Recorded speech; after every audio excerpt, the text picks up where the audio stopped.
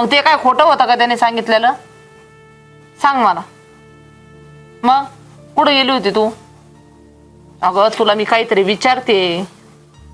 अगं माझा एक मित्र आहे, मी त्याला भेटायला गेले होते. अगं लाज वाटायला पाहिजे तुला सांगायला.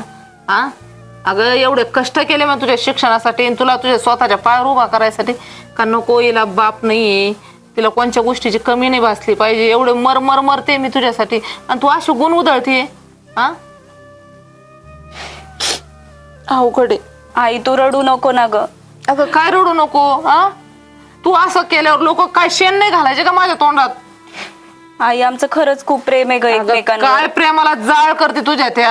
हा अगं आपली परिस्थिती काय, आपण करतोत काय, आपण स्वतःच्या पायावर उभं राहून 4 लोकांना तर काहीतरी हे करणार होतीस ना तू.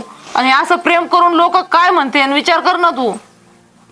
हा आई मी शिक्षण पूर्ण करणार आहे ग, मी वेडवाकडं काहीच करणार नाहीये, मी खरंच सांगते तुला. अगं पण आज तुला त्याने बघितलं, उद्या दुसरं कोणी बघन, गावात चर्चा होणारच ना.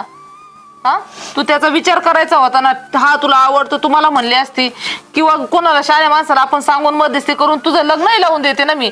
तुला लग्नच करायचं होतं ना, नव्हतं तुला शिक्षण करायचं तुम्हाला म्हणायचं ना.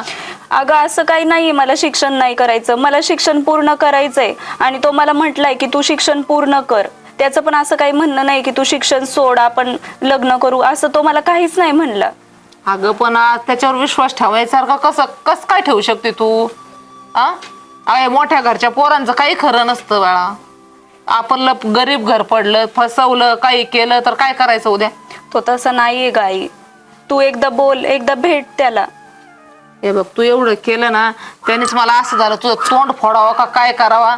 आणि तू मला सांगते त्याला भेटायचं. अगं लाज वाटली पाहिजे तुला, लाज.